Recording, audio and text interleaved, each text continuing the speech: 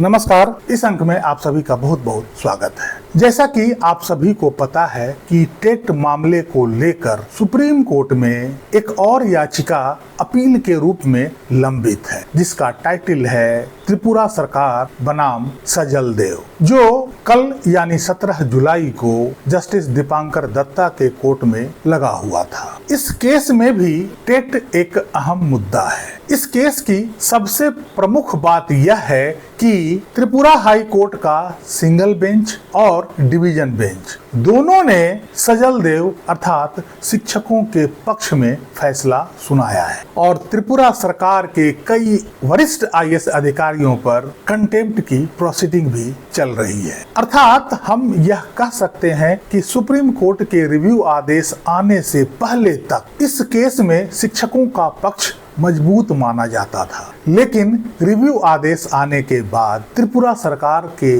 पक्ष को मजबूत माना जा रहा है, क्योंकि सुप्रीम कोर्ट के इसी बेंच ने सभी सेवारत शिक्षकों को सेवा में बने रहने के लिए और उनके प्रमोशन दोनों के लिए टेट को न्यूनतम योग्यता के रूप में अनिवार्य कर दिया गया है। इस आदेश का सीधा प्रभाव इस केस पर पड़ने की पूरी आशंका है और धीरे धीरे शिक्षकों का पक्ष कमजोर होता नजर आ रहा है। त्रिपुरा सरकार भी इसी इंतजार में बैठी हुई थी कि कब उसके पक्ष में अर्थात शिक्षकों के विरोध में फैसला आए और कोर्ट में उसकी स्थिति मजबूत हो। यही कारण है कि त्रिपुरा सरकार ने कई महीनों तक इस केस में रिजॉइंडर फाइल करने से बचते रही। रिजॉइंडर फाइल करने का आदेश कोर्ट द्वारा कई महीने पहले त्रिपुरा सरकार को दिया गया था, लेकिन त्रिपुरा सरकार अभी तक इसमें रिजॉइंडर फाइल नहीं करी थी। यह रिजॉइंडर 16 जुलाई को फाइल किया गया, अर्थात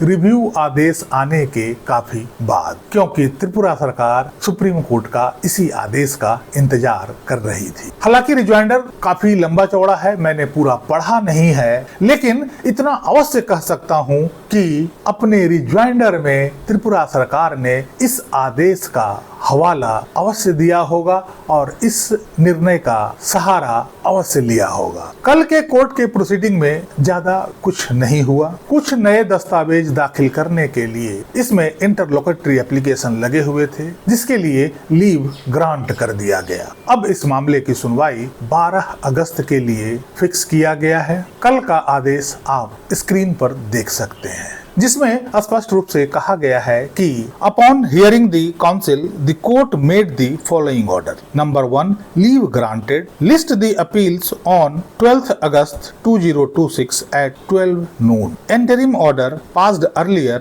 shall continue till the next date of hearing. इससे इतना अवश्य लग रहा है कि अगली आने वाली तारीख 12 अगस्त को इसमें बहस होने की पूरी संभावना है, क्योंकि इसमें डेट के साथ साथ समय का भी जिक्र किया गया है। इस केस में अब बहुत सारे लोगों का ऐसा मानना है कि चूंकि जस्टिस दीपांकर दत्ता ने अपने रिव्यू पिटीशन में टेट को सभी सेवारत शिक्षकों के लिए अनिवार्य कर दिया है और इस केस की भी सुनवाई इसी कोर्ट में होनी है, ऐसे में अब शिक्षकों को राहत मिलने की कोई खास उम्मीद नहीं है। एक प्रकार से देखा जाए तो इनका मानना भी गलत नहीं है, क्योंकि इस विषय पर कोर्ट अब आगे बहस सुनना नहीं चाहेगी, क्योंकि इसमें कोर्ट ने अपना निर्णायक फैसला पहले ही दे चुकी है कि टेट सभी सेवारत शिक्षकों के लिए न्यूनतम योग्यता के रूप में अनिवार्य है। इसलिए इस विषय पर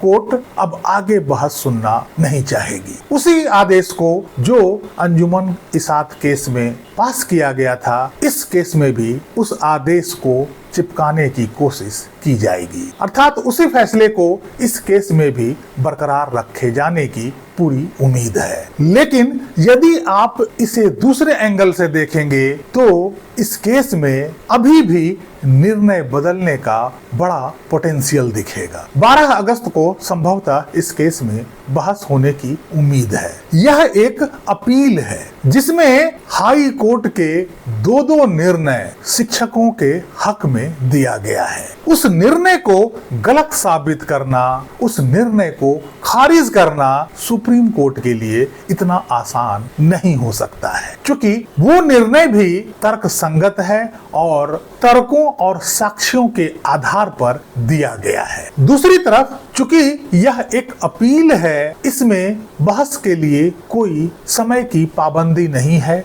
कोई समय सीमा नहीं है, जैसा कि रिव्यू पिटीशन में समय का अभाव देखा गया था। कोर्ट ने उसमें स्पष्ट रूप से कहा था कि यह रिव्यू पिटीशन है, यह कोई अपील या याचिका नहीं है जिसमें अनलिमिटेड समय दिया जाए। इस केस में बहस के लिए समय की कोई पाबंदी नहीं होगी और अभी भी यदि इस केस को ठीक से रिप्रेजेंट किया जाए तो सभी शिक्षकों का भविष्य बदल सकता है। जैसा कि हमने कई बार बताया है कि अंजुमन इसात केस में जो निर्णय सुप्रीम कोर्ट द्वारा दिया गया है वो निर्णय पूरी तरह से गलत है, जिसमें आरटीई एक्ट की गलत व्याख्या की गई है। अंजुमन इसात केस में जिस प्रकार से आरटीई एक्ट के सेक्शन 23(2) और उसके दोनों प्रोवाइजो की व्याख्या की गई है वो पूरी तरह से गलत है, जिसके कारण इसे भूतलक्षी प्रभाव से सभी शिक्षकों के ऊपर लागू कर दिया गया। इसलिए इस केस में इस सेक्शन और इसके दोनों प्रोवाइजो की सही व्याख्या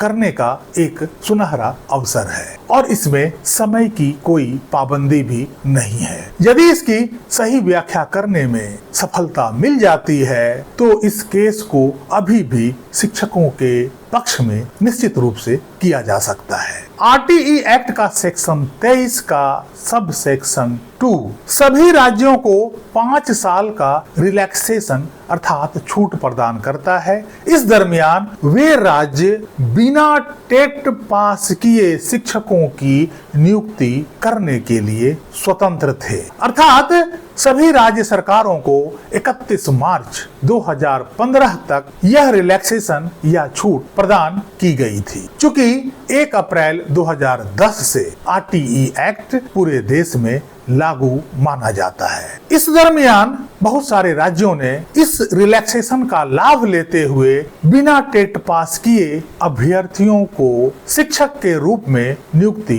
दी थी। आरटीई एक्ट के सेक्शन 23(2) के प्रोवाइजो 1 के अनुसार इन्हीं शिक्षकों को जिनकी नियुक्ति 5 साल के रिलैक्सेशन पीरियड के दौरान की गई थी, उन्हें 5 साल के अंदर टेट पास कर लेना आवश्यक था।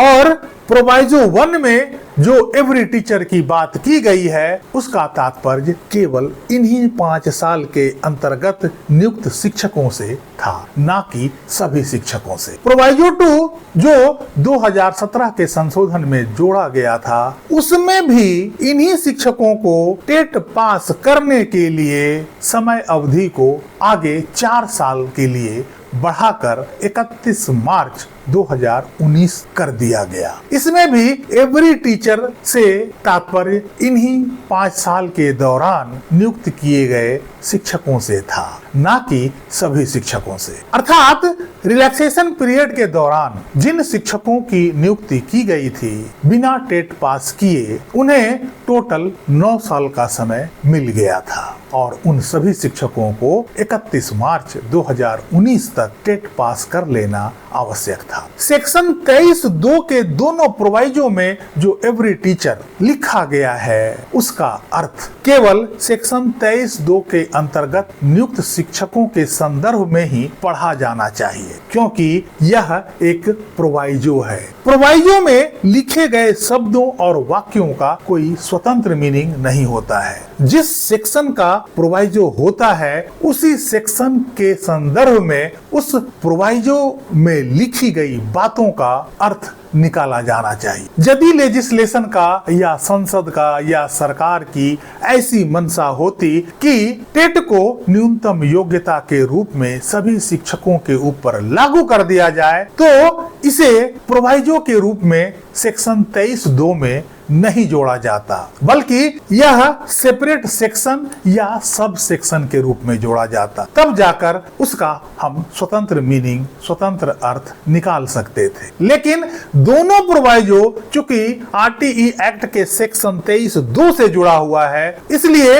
इसमें लिखे गए बातों का अर्थ केवल और केवल सेक्शन 23(2) के संदर्भ में ही इसका अर्थ निकाला जाना चाहिए। अर्थात एवरी टीचर से अर्थ केवल वैसे शिक्षक जिनकी नियुक्ति 5 साल के रिलैक्सेशन पीरियड के दौरान की गई थी। किसी भी एक्ट में सेक्शन, सब सेक्शन और प्रोवाइजो का अपना अर्थ होता है। सेक्शन और सब सेक्शन में लिखे गए बातों का स्वतंत्र मीनिंग होता है और उसका ब्रॉड अर्थ होता है। लेकिन जब वही बात किसी सेक्शन के प्रोवाइजो में लिखा जाता है तो उसका अर्थ उस सेक्शन के संदर्भ में ही निकाला जा सकता है, न कि ब्रॉड अर्थ में। इसलिए इन दोनों प्रोवाइजो में एवरी टीचर से तात्पर्य उन शिक्षकों से है जिनकी नियुक्ति आरटीई एक्ट के सेक्शन 23(2) के अंतर्गत 5 साल के रिलैक्सेशन पीरियड के दौरान की गई थी और वे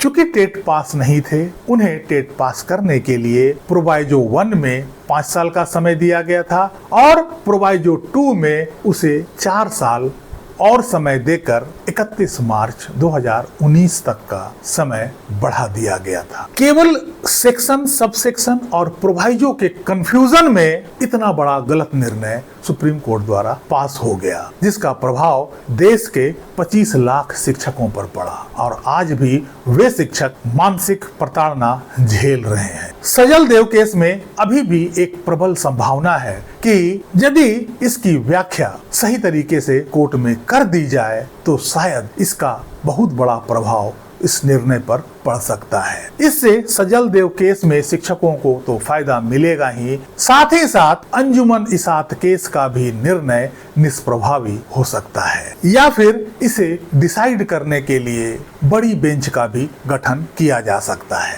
अब ये सारा मामला निर्भर करता है कि इस केस को किस तरह से प्रोसीड किया जाता है। कुल मिलाकर यह कहें कि इस केस में अभी भी बहुत पोटेंशियल है और यदि उस पोटेंशियल का उपयोग किया जाता है तो निश्चित रूप से एक बड़ा परिणाम देखने को मिल सकता है। इस अंक में यहीं तक। कैसी लगी जानकारी कमेंट करके जरूर बताइएगा। वीडियो को लाइक कीजिएगा, चैनल को सब्सक्राइब कीजिएगा। मिलते हैं अगले अंक में, तब तक के लिए जय हिंद, वंदे मातरम।